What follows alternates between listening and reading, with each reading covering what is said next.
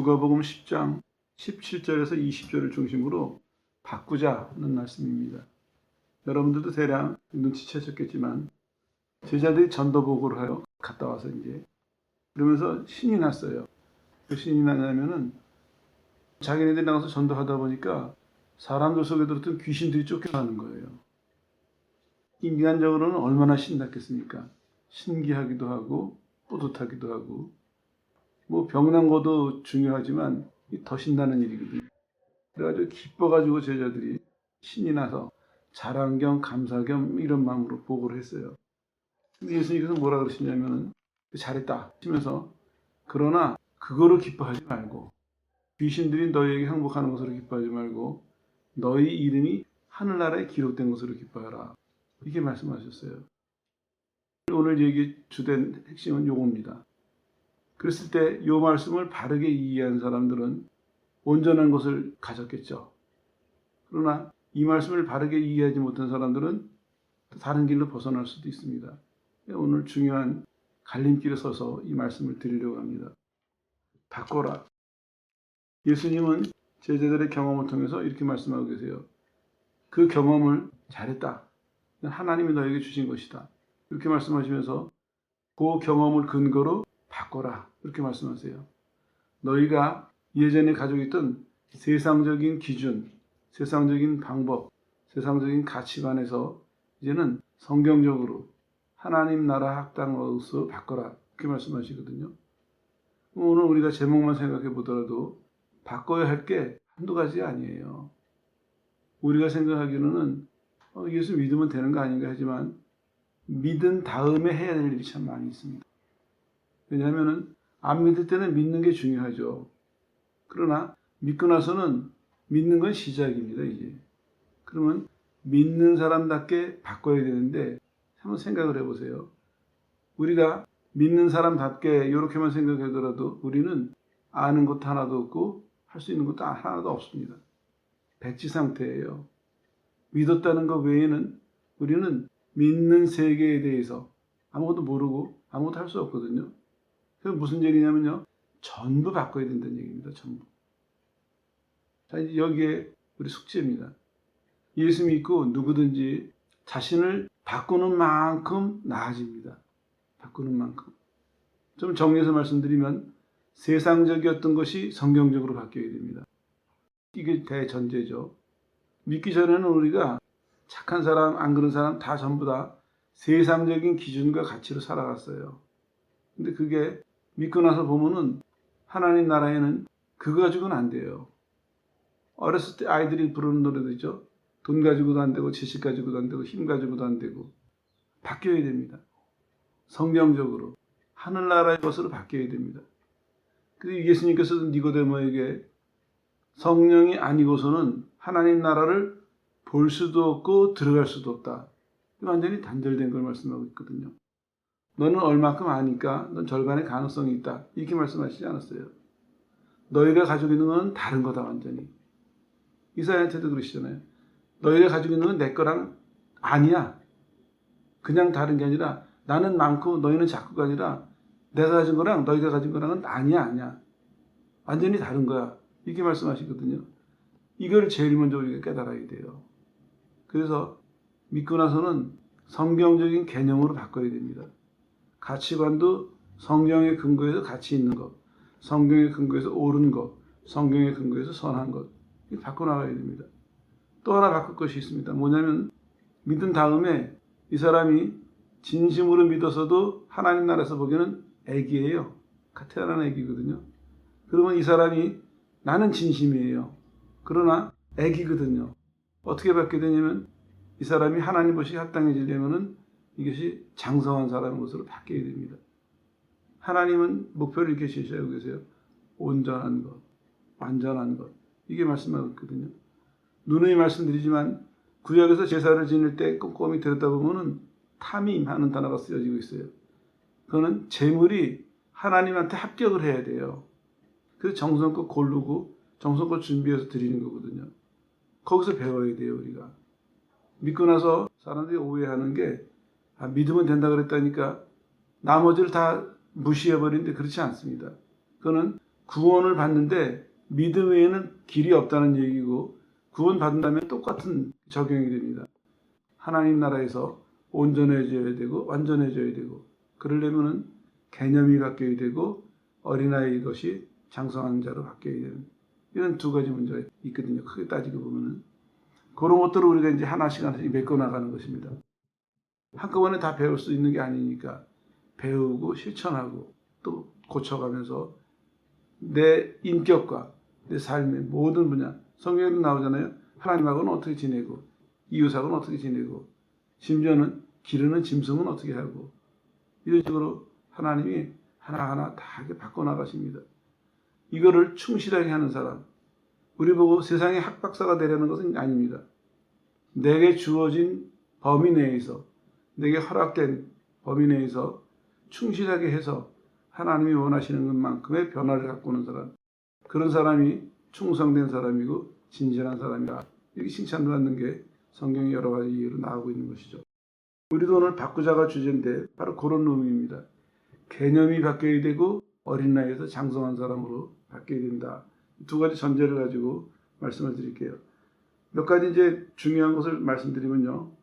오늘 본문을 근거로 해서 봤을 때 첫 번째로는 관심을 바꿔야 되겠다 싶어요. 관심을. 제자들은 뭐 때문에 지금 기뻐했습니까? 귀신들이 우리는 꼼짝 못해요. 이걸 기뻐했어요. 하나님 뭐라고 말씀하세요? 하나님 나라. 하나님 나라. 관심이 다르죠. 제자들은 예수님의 명령을 받아서 예수님의 이름으로 전도를 하는데 귀신이 쫓겨나갔어요. 얼마나 신나는 일이에요. 정말 상상하지도 못했던 경험이거든요. 근데 예수님께서 뭐라고 하시냐면 거기에 푹 빠져있는 제자들에게 그게 아니고 하나님 나라 생각해. 이렇게 바꿔놓으시는 겁니다. 이제 제자들이 여기서 또 바뀌어야 될 것이 뭐냐면은 내가 전도해서 귀신이 쫓겨나가는 것이 아니라 하나님 나라가 넓어져 나가는구나. 하나님 나라가 넓게 건설이 되고 있구나. 이걸 이제 기뻐할 수 있는 그런 사람이 돼야 되겠죠. 왜냐하면요. 관심은 모든 것을 이해하는 도구가 돼요. 그리고 관심은 우리의 삶을 이끌어갑니다. 다시 말씀드리면요. 한 사람이 살아가는 데 있어서 결국에 따지고 보면 그 사람의 관심이 뭐냐 이겁니다. 그 사람이 관심을 갖는 것, 그게 그 사람의 인생을 만들어가는 것이거든요. 그 심리학자들은 이렇게 얘기를 해요. 당신이 아침에 눈 떴을 때 제일 먼저 생각하는 게 뭐냐? 그게 당신의 관심이다. 이렇게 말하는 사람들도 있어요. 일리가 있습니다. 여러분이 믿는 사람인데 아무 생각 없이 여러분의 환경과 조건 다 따지지 않고 자다가 눈을 딱 떴을 때 무슨 생각이 제일 먼저 듭니까? 그거 살펴볼 필요가 있어요. 성경적인 것은 아니지만 우리 경험에서 배우는 교훈입니다. 내가 마음속에 품고 있는 것, 마음속에 원하는 것, 그 생각할 수 있거든요. 그게 하나님 보시기에 합당한 것이 아니면 고쳐야 되겠죠. 그거 이제 있으면서도 정신 차려지니까 의식이 이걸 가리고 성경적인 기도를 하고 성경적인 말을 하고, 이거는 올바르게 살아가는 것이 아닙니다. 속에 있는 걸 캐내야 됩니다. 관심을 먼저 발견하고 바꿔야 되는 것이죠. 신앙생활하는 것도 마찬가지예요. 이제 가만히 사람들 은혜 받는 거 보면은 무엇에 은혜 받느냐 이것도 살펴봐야 돼요. 설교를 하거나 강의하거나 사람들이 인사말로 그런 얘기해요. 목사님 은혜 받았습니다. 나는 솔직하게 그 말을 안 믿어요. 왜냐하면 그게 중요하지 않습니다. 뭘 가졌냐가 중요해요. 나한테 인사하는 게 중요하지 않습니다. 정말 은혜 받았다면 은혜 받은 변화가 하나님께 드려져야 되거든요. 근데 가만히들 보면은 어떤 사람은 정보 수집하는 것으로 만족해요. 오늘 새로운 소리 하나 들었습니다. 못 듣던 소리인데요. 그거 좋아해요. 은혜 받았다고. 나는 안 변해요. 내가 정보만 모으는 거예요. 또 학생들도 마찬가지예요. 선생님, 내가 주중에 책을 봤는데요. 아무 책이 누가 좋고, 전 꼭 물어봐요. 뭐가 좋았냐? 아무 책이 뭐가 좋고요, 뭐가 좋고요. 저자를 시큰 자랑하고, 깨달은 자기를 시큰 자랑하고, 근데 꼭 되짚어 물어봐요. 결과가 뭐냐? 없어요. 즐기는 거예요, 이 사람은요. 지식을 쌓아가는 것을 즐겨요. 또 어떤 사람들은 주중에 기도했는데 어려웠던 뭐가 응답이 되고 뭐가 응답이 되고 복받은 거 쭉 늘어놓는 사람들이 있어요. 꼭 물어보고 싶어요. 결과가 무엇입니까? 다 중요한데 결과가 무엇입니까? 하나님 앞에 당신이 얼마큼 달라졌습니까? 그 이후에 하나님 앞에 당신의 삶의 열매가 어떻게 달라졌습니까? 이걸 꼭 알고 싶어요. 근데도 이제 불행하게도 대부분의 사람들이 과정에 만족하고 있어요. 결국에 뭐냐면 관심이 나예요, 나. 내가 아는 게 좋고, 내가 뭐 하나 해결되는 게 좋고, 나 잘 되면 좋은 거예요. 하나님이 기뻐하시고, 하나님이 영광을 받으시는 거, 거기까지 관심이 없는 거예요. 관심이 못 미치는 거죠. 그냥 그거로 좋아하고, 그거로 즐거워하고, 그거로 경쟁하고, 그거로 실망하고, 그거로 자만하고, 이렇게 하고 살아가고 있습니다. 그러면 안 됩니다. 오늘 예수님 분명히 뭐라 그러세요? 귀신을 쫓아냈어요, 사람이. 이 제자들이 놀랄만 해요. 신나서 와서 예수님에게 만나자마자 달려오면서 소리쳐서 보고 할 만해요. 근데 예수님이 이 사람들을 진정시키고 뭐라 그러세요? 하늘나라. 비교하고 계세요. 귀신을 쫓는 능력이 너에게 임했느냐? 그거보다 하늘나라에 너희가 기록된 것이 더 큰 것이다. 더 가치 있는 것이고 더 귀한 것이다. 너희는 그거를 위해서 살아라. 이렇게 말씀하고 있는 거거든요. 그 가치를 깨닫는 자만이, 관심을 바꾸는 자만이 이게 얼마나 복된 말씀인지, 이게 얼마나 복된 생활인지 깨닫게 될 것이고 계속 그렇게 살아갈 것입니다. 그렇지 못하는 사람은 여전히 그래도 내가 하나 더 알았는데, 그래도 내가 소원 성취를 했는데, 그러고 살아갈 것입니다. 이게 오늘날 현대 교인들의 대부분 모습입니다. 내가 좋아하는 것, 내가 원하는 것 가지고 우리는 웃기도 하고 울기도 합니다. 힘을 내기도 하고 지치기도 하고. 근데 성경은 말씀하세요. 하늘나라의 가치를 아는 사람, 그 하늘나라에 오는 하나씩 뭔가를 쌓아가는 사람, 그 사람 지치지 않습니다. 이 가치를 아는 거거든요. 영원히 없어지지 않는 것을 위해서 이 사람은 애를 쓰고 있는 것입니다. 그러니까 땅에서는 수고하고 손해보는 것 같지만 이 사람은 결과를 알고 있어요. 하나님 앞에서 마땅히 해야 될 것이라는 걸 알고 있기 때문에 힘들어도 기뻐요. 지치지 않아요. 근데 이제 나를 위해서 살면 처음에는요, 열심히 하죠. 자기를 위한 거니까. 근데 불행하게도 조금 가면 지쳐요. 참 희한하죠.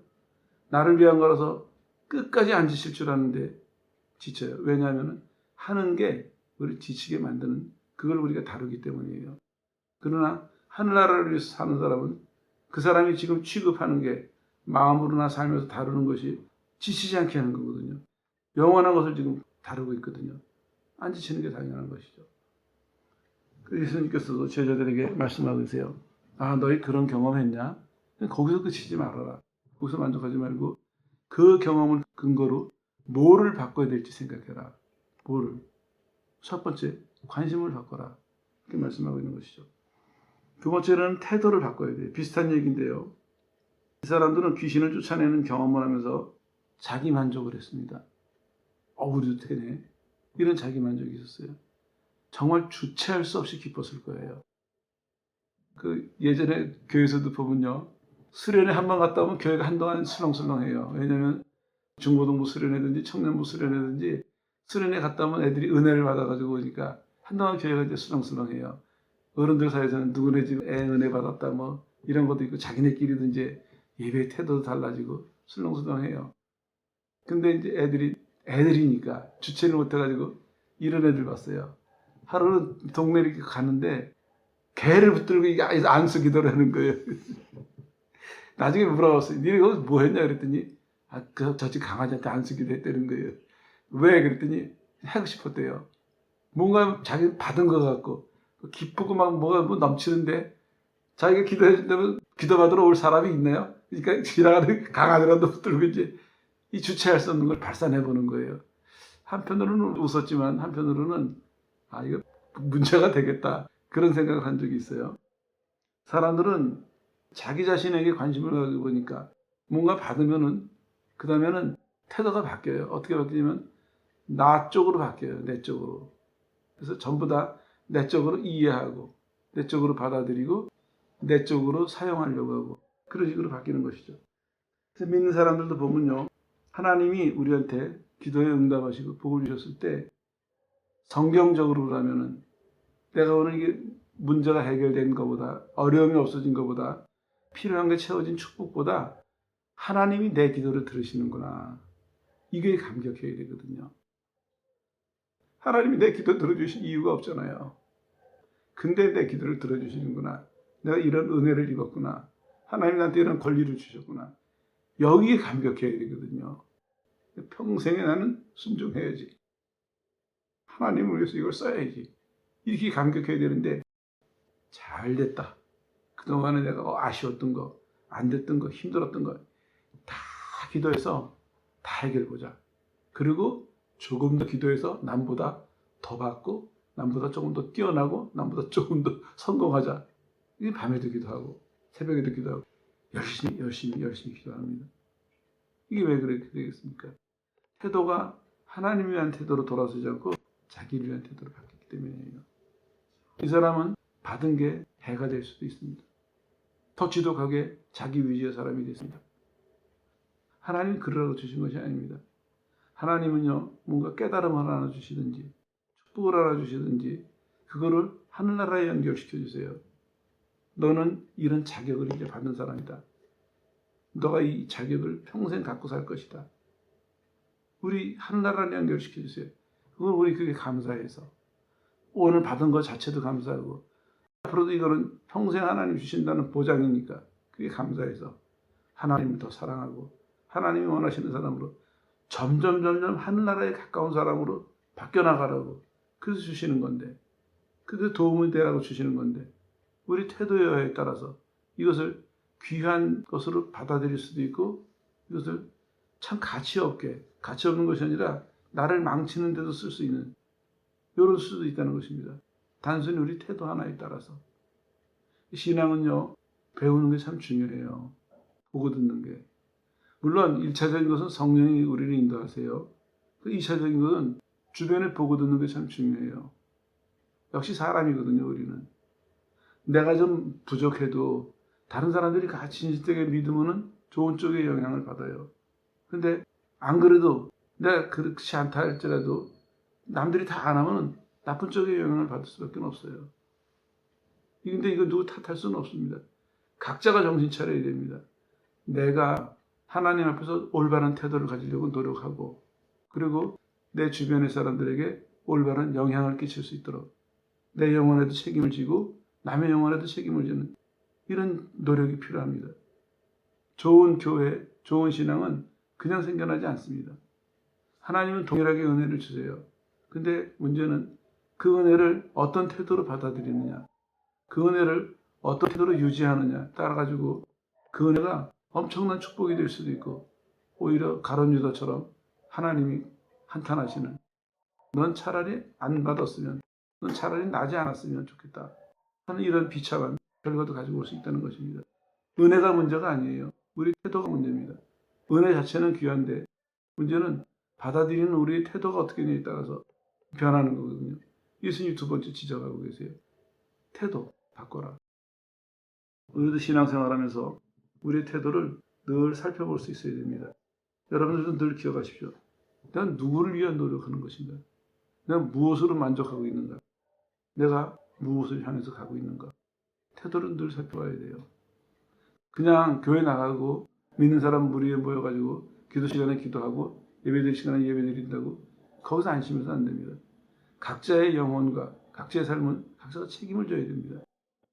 물론 1차적으로는 목사 책임이 있겠지만 그렇다고 여러분의 인생을 목사에게 맡기겠어요? 그럴 수는 없어요. 내 인생인데. 이 말이 어떻게 들릴지 모르겠지만요. 군대를 제대하고 교회를 갔는데 목사님이 하루는 설교하시다가 무심코 이런 얘기를 하셨어요. 로마서를 강의하다가 예수님이 하나님일까요? 인간일까요? 이 문제를 툭 던졌어요. 그랬더니 또 이제 말 얼른 받아하는 여집사님이 대답을 톡 했어요. 그게 이랬다 저랬다 대답이 나왔어요. 설교 시간에. 그랬더니 목사님이 그러면은 며칠씩 생각을 해보시고 수요일 날 저녁에 다시 얘기합시다. 그래서 이제 그렇게 끝냈어요. 수요일 날 그 집사님 중에 한 명이 설교 다 끝나고 나니까 목사님 지난번에 그거 한다 그랬는데 이러면서 이제 얘기가 다시 시작이 된 거예요. 목사님도 좀 당황하신 듯 하더라고요. 근데 왜 실망했냐면은 목사님이 이러시는 거예요. 답을 안 내려요. 하나님이다 하는 사람 있고 사람이다 하는 주장도 있는데 목사님이 답을 안 내리는 거예요. 정말 실망했어요. 그리고 속으로 결심을 했어요. 아무도 못 믿겠다. 내가 성경 보자. 그리고 성경 보기 시작하고 성경 공부하기 시작했습니다. 뭐 그분을 무시하는 건 아니에요. 그렇지만 왜 실망했냐면은 이게 우리 본 모습이 아닐까 싶어요. 하나님을 믿는다 하면서도 하나님의 말씀에 대해서 전혀 관심이 없고, 그러니까 하나님도 모르고 그냥 우리 생각에 이럴 것이다, 우리 생각에 저럴 것이다, 그 주장하고, 때로는 거기다 목숨 걸고 때로는 거기다 인생을 걸고 그냥 그게 믿는 것이려니 이렇게 살아가고 있습니다. 저는 그게 얼마나 소름 끼쳤는지 몰라요. 목사가 되려고 해서 그랬는지 모르겠지만 정말 끔찍한 순간이었어요. 결심했습니다. 하나님, 내가 누굴 무시해서가 아니라 아무도 못 믿겠습니다. 내 눈 열어주십시오. 성경을 보기 시작했습니다. 시작이 좀 부정적이었지만 아무튼 시작은 그랬어요. 그리고 성경을 보면서 한 해, 두 해 시간이 갈수록 더 절실해졌어요. 성경적이어야 되겠구나. 성경적이어야 되겠구나. 성경적이어야 되겠구나 하는 생각이 굳어질수록요, 성경적이지 않은 게 교회 안에 너무나 많더라고요. 심지어는 사람들이 주장하는 교리와 신조조차도 성경적이지 않은 게 많아요. 근데 우리는 해오던 거니까, 남들이 다 하는 거니까 그냥 받아들여요. 그때서부터 저는 지금까지도 경계하고 있습니다. 난 내 자신도 안 믿어요. 내 자신도 경계해요. 틀리게 말하면 틀린 거예요. 자신과 관계할 수는 없습니다. 진리는 하나거든요. 칼을 갈고 살아야 됩니다. 마음에 칼이 있어야 됩니다. 진리의 칼이. 그리고 계시록을 보다 보니까 놀라운 말씀이 나왔어요. 예수님이 마지막에 오셔서 진리의 검으로 예수님 편에 서지 않은 모든 것들을 사단과 그의 선지자들과 그의 종들과 추종자들과 모든 것을 진리의 검으로 다 무찌르세요. 진리의 검으로. 하나님 보시기에 합당치 않은 것은 사상이든 주장이든 삶이든 힘이든 개인이든 단체든 다 처벌하세요. 한편으로는 통쾌했고 한편으로는 정신이 벌쩍 들었습니다. 이거구나. 검이 있어야 돼요. 하나의 검, 하나님 말씀에 입각한, 하나님에게 입각한 하나의 검이 있어야 됩니다. 그 검이 나를 지켜줄 것이고 마지막 날 교회를 지킬 것입니다. 그게 없으면 당해요. 우리 역사에서 많이 반복이 됐습니다. 숫자가 많으면 뭐합니까? 칼이 없는데 당할 수밖에 없죠. 나를 지킬 게 없는데, 원수를 무찌를 게 없는데 뭘 이기겠어요? 여러분도 검이 있어야 됩니다. 마음속에. 여러분 자신도 찔들 수 있는 그런 언제든지 변하지 않는 하나님으로부터 오는 진리, 하나님으로부터 오는 그 진리의 검이 여러분 마음속에 하나씩 하나씩 다 자리를 잡아야 되고, 매일매일 날카롭게 날이 서 있어야 됩니다. 그게 유일하게 살 수 있는 길입니다. 여러분들이 지금 얼마나 실감하실지 모르겠지만 마지막 날 보세요. 보통 혼란하지 않을 거예요. 성경은 분명히 이해가고 있거든요. 믿는 사람마저도 쓰러뜨리려고 한다. 유혹이 우리가 그동안에 봤던 것처럼 공산당이 내려서 예수 믿을래 안 믿을래 죽이고 살리고, 그 정도 수준 유혹이 아니에요. 그 정도 시험이 아니에요. 마지막엔 마귀가 총력을 기울여서 우리를 쓰러뜨리려고 할 거예요. 우리도 물론 우리가 이겨요. 이기는데 누가 이기냐면 깨어있는 자가 이기는 거거든요. 종말론이 아니니까 그만큼 말씀드릴게요. 태도. 하나님이 계신 것이 분명하고 하나님의 나라가 분명히 있다면 내 태도가 그것을 향해서 사는 사람 다 와야 됩니다. 언제든지. 그것을 향해서 가고 있는, 그것을 준비하는 사람답게 내 태도가 늘 믿는 순간서부터 하나님 앞에 서는 순간까지 그 태도가 쭉 유지되는 사람, 그런 사람이 복 있는 사람이죠. 우리 자꾸 그 태도를 살펴보고 바로 세우고 고치고 이런 노력을 해야 됩니다. 아까 기준을 말씀드렸죠. 안 믿는 데서 성경적으로, 믿어도 안심하시지 말고 어린 나이에서 장성한 분량으로, 이 두 가지를 가지고 늘 자신을 살펴보면서 세워나가야 됩니다. 세 번째로는 중심을 바꿔야 됩니다. 이게 이제 이 얘기의 핵심인데요. 우리가 신앙생활에서 자주 실패하는 이유가 뭐냐면 중심이 안 바뀌었어요. 이 앞에 태도와 관심이 결국에는 중심에서 나오는 거거든요. 예를 들면 이거예요. 하나님이 만나를 내려주셨어요. 그러면 모르겠어요. 내 당사자가 아니라서 그렇게 생각하는지 몰라도 정상적이라면 이스라엘 백성들이 완전히 생각이 바뀌었어야 되는 거거든요. 그 전에 이 사람들이 뭐 했습니까? 애굽에서 노예 생활하면서 밥 얻어먹는 거. 그게 사는 길이라고 생각했어요. 근데 광야로 나왔거든요. 먹을 게 떨어져서 죽는 줄 알았으니 굶어 죽겠다 하는 그 상황에서 하나님이 전혀 생각해보지도 못했던 만나를 내셨어요. 하나님이 만나를 내리셨어요. 주신 분도 놀라운 거고 주시는 방법도 놀라운 것이고 주신 것 자체도 놀랐고 이 먹는다는 사실 자체가 너무너무 놀라운 사실이었어요.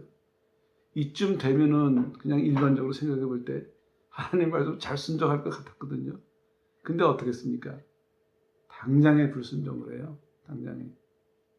매일 줄 테니까 남겨놓지 마라. 하나님 뭘 보셨을까요? 매일 줄 테는 나를 믿는다면 안 남겨놓을 것을. 그걸 원하셨던 거예요. 행동으로 보여라. 내가 매일 준다 그랬지? 너희 믿는다는 거 행동으로 보여라. 남기지 마라. 남긴 사람 많았습니다. 상에서 자기네들은 먹지 못하고 혼나고 안식일도 똑같아요. 안식일 전날은 2배 걷어놓고 안식일을 걷도록 하지 말아라. 한번 지금 해봤단 말이에요. 남겨놔서 혼났어요. 안식일에 또 걷어가는 사람이 있었어요. 이게 웬일입니까 이게.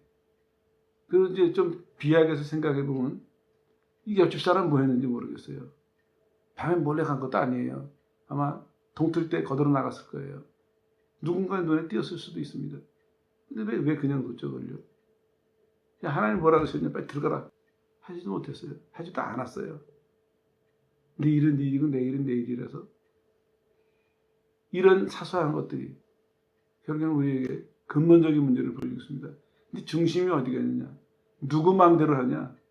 하나님 말씀을 듣고 하나님 마음대로 네가 지금 살고 있느냐? 아니면 네 마음대로 살고 있느냐? 하나님 말씀을 들었지만 네 마음대로 살고 있느냐? 중심을 지금 성경은 들춰내고 있습니다. 근데 사람은 별로 관심이 없어요. 혼나고 이제 끝나면 똑같은 일하고 그거를요 40년을 했고요. 좀 심하게 말하면 죽을 때까지 했습니다. 죽어야 끝났어요. 그게요. 끔찍하지 않습니까? 신앙생활 할 때요. 하나님은 맨 먼저 우리에게 중심을 바꿔주세요. 중심이 하나님으로 바뀌어야 됩니다. 조금 전에 관심과 태도도 결국에는 그 얘기예요. 관심과 태도는 중심을 설명하기 위한 징검다리였습니다. 관심과 태도를 통해서 그래 안 바뀌면 큰일이구나 깨달은 사람이 있다면 오늘 뿌리를 바꾸세요. 모든 것을 이끌어가는 중심을 여러분의 중심을 바꿔놓으세요. 그러면은 신앙생활이 갑자기 확 달라집니다. 사람들은 신앙생활마저도 세상식으로 이해해요. 내가 안 그렇게 살았던 사람이니까 이거 빼고 저거 빼고 훈련하고 연습하고 노력해가지고 밖에 나간다. 아니에요. 하나님은 단번에 해결책을 주세요. 네 중심을 바꿔라. 네 마음을 바꿔라. 네 마음이 하나님 쪽에 와서 쓰면은 그 순식간에 너에게 모든 것이 바뀌리라. 하나님 쪽에 서서 하나님처럼 생각하고 하나님처럼 말하고 하나님처럼 행동하고 하나님을 위해서 이렇게만 바뀌면요. 순식간에 하나님의 것이 다 주세요. 물론 이제 장성해야 되는 문제가 남아있지만 일단은 이 새 것이 온다는 것이죠. 중심을 바꾸는 것. 이게 오늘 얘기의 가장 결정적인 부분입니다. 말씀드리는 이유는요. 여러분이 이제는 사소한 걸 보시지 말고 뿌리를 볼 수 있어야 됩니다. 나는 중심이 바뀌었는가. 내 행동 하나에서 내 생각 하나에서 내 말과 이런 거 하나에서 이제는 이거 잘못했네.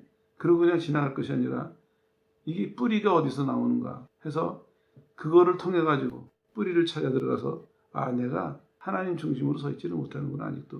아직도 내 중심으로 살고 있구나. 발견된다면은 그 근본적인 문제, 하나님 중심으로 보는 것이 하나님 중심으로 사는 것이 무엇인지 이 문제를 해결하십시오. 하나님 앞에서 이게 바뀌게 됩니다. 이게 바뀌고 나면은 참 놀랍게도요. 신앙생활, 우리가 생각하는 신앙생활이라는 것이 거의 다 한순간에 옵니다. 이게 하나님의 은혜고 하나님의 능력입니다. 하나님이 짧은 순간 안에요. 정말 말씀을 하셔도 그 시간 안에 다 말씀 못 하시는데 찰나 같은 그 순간에 눈 깜빡하는 것보다 더 짧은 그 시간 안에 하나님의 것이 우리한테 그냥 와 있어요. 어느 순간에. 마음을 바꾸니까. 마음을 하나님 편에다가 바꿔놓으니까 나를 포기하고 하나님 편에 쓰니까 근데 그게 와 있어요. 이미. 하나님이 일일이 가르치시지 않고 그냥 주세요. 그 정말 귀신이 쫓겨나가는 것보다요. 더 신나고 더 흥미진진한 경험이었습니다. 오늘 이 얘기가 조금 확산이 된다면 그런 해석이 뒤따라야 되겠죠. 제자들이 실천을 해봤더니 귀신이 쫓겨나갔을 때의 그 기쁨, 그거랑은 비교가 안 될 만큼 하나님 나라 내게 임한, 하나님 나라에 내가 눈을 뜨고 하나님 나라를 위해서 움직이기 시작하는 이 기쁨과 이 만족과 이 즐거움을 발견하는 순간 아, 귀신 쫓겨나가는 건 비교가 안 되는구나. 우리 스스로 고백할 수 있습니다. 진짜 주려고 하시는 것은 바로 이것이었습니다. 예수님이 진짜 주려고 하시는 것은 하나님 나라가 확산되는 것도 원하셨지만 내면적으로 보면은 그 확산이 어떻게 됩니까? 각자의 중심이 바뀌게 되거든요. 그 중심이 바뀌는 과정을 보면서 제자들이 자신의 중심이 바뀐 것을 보고 다른 사람의 중심이 바뀌는 것을 보고 근본을 바꿔나가시는 하나님 나라에 대해서 기쁨과 확신과 소망을 가지고 능력을 가지고 살아가기를 원하셔서 하나님 제자들에게 전도를 파송하셨던 거거든요. 단순하게 우리 편 들려라 이게 아니었습니다. 분명히 예수님 말씀하세요. 하나님 나라를 확장해라. 마음속에 하나님 나라를 받아들이고 그 나라를 충성을 하고 그 나라를 위해서 살아가는 그런 것을 원하셨거든요. 이렇게 하나님께서는 오늘 한 가지 사건을 통해서 한 가지 경험을 통해서 우리에게 뭘 바꿔야 될지 왜 바꿔야 될지 어떻게 바꿔야 될지 시작하고 계세요. 여러분들도 이미 여러분들의 삶 속에서 시작이 됐어요. 오늘 이 설교를 통해서 정리하는 데 도움이 되시라고 설교를 한 것입니다.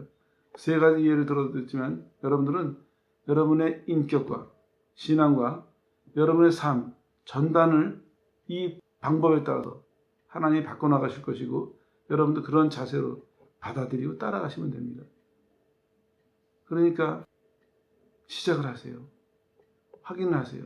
그리고 시작이 됐어도 안심하시지 말고 예수님의 장성한 분량에 도달할 때까지 성실하게 겸손하게 이 바꿔나가는 과정을 또 구하고 또 따라가시고 그렇게 하세요. 은혜 받은 사람들은 보면요. 나중에 이제 겸손이라는 주제가 나오면 그때 말씀드리겠지만 여기서 갈라지는 거거든요. 아직도 남아있는 부분이 있어요. 어떤 거는 우리가 시작한 거거든요. 가졌지만. 근데 사람들은 거기서 자꾸 멈춰요. 왜냐하면 다 됐다고 생각하니까. 근데 진짜로 그것을 아는 사람은 멈추지 않습니다. 왜냐하면 실체를 알면요. 이게 무엇인지를 아는 순간 지금부터 하늘나라 가는 날까지 마음을 다하고 힘을 다해서 정말 성실하게 정말 겸손하게 내가 추구해야 되는 따라가야 되는 거구나.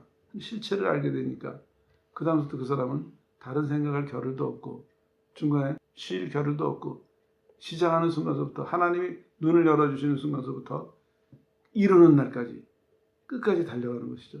이 사도 바울의 고백이에요.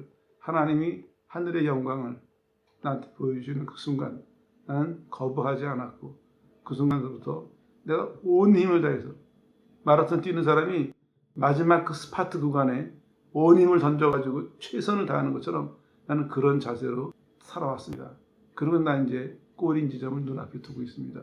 여러분도 이렇게 사십시오. 이 사도 바울의 권면이었습니다. 그래서 괜히 존경하는 게 아니에요. 괜히 사람들이 사도 바울하는 게 아니에요. 그런 은혜가 있었고 그런 삶이 있었기에 2000년 동안에 사도 바울 하는 거거든요. 우리도 마찬가지입니다. 이름을 내자는 얘기는 아닌데 하나님 앞에서 사도 바울처럼 은혜를 구할 자격이 있는 사람들이고 사도 바울처럼 이렇게 충성을 다해야 되는 의무가 있는 사람들입니다.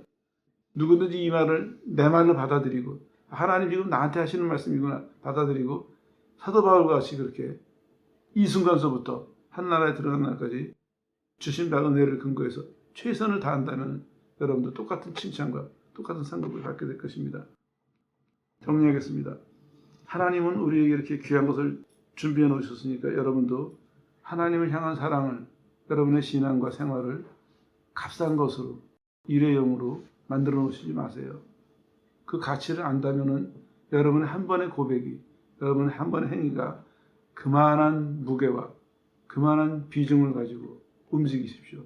하나님 앞에서 생각하고 하나님 앞에서 살아가세요. 그러는 동안에 여러분도 어느새 성경에 나오는 훌륭한 신앙인들처럼 여러분의 삶의 모습이, 삶의 결과가 하나님께 칭찬받을 만한 사람으로서 변해가고 갖춰갈 것입니다. 성경은 오늘 말씀하고 있습니다. 바꾸자. 오늘서부터요, 주님 나라 들어가는 날까지 무엇을 경험하든지 성공도 좋고 실패도 좋습니다. 새로 배우는 것도 좋고 알고 있는 것도 좋아요. 내가 무엇을 경험하든지 이걸 가지고 나를 바꾸는, 세상적인 것에서 성경적인 것으로 바꾸고 어린 나이에서 장성한 것으로 바꾸는 이 일에 관심을 가지시고 여러분이 최선을 다하셔서 여러분이 기대했던 것보다 훨씬 더 훌륭한 모습으로 주님 앞에 서는 성도 되시기를 예수 이름으로 축원합니다.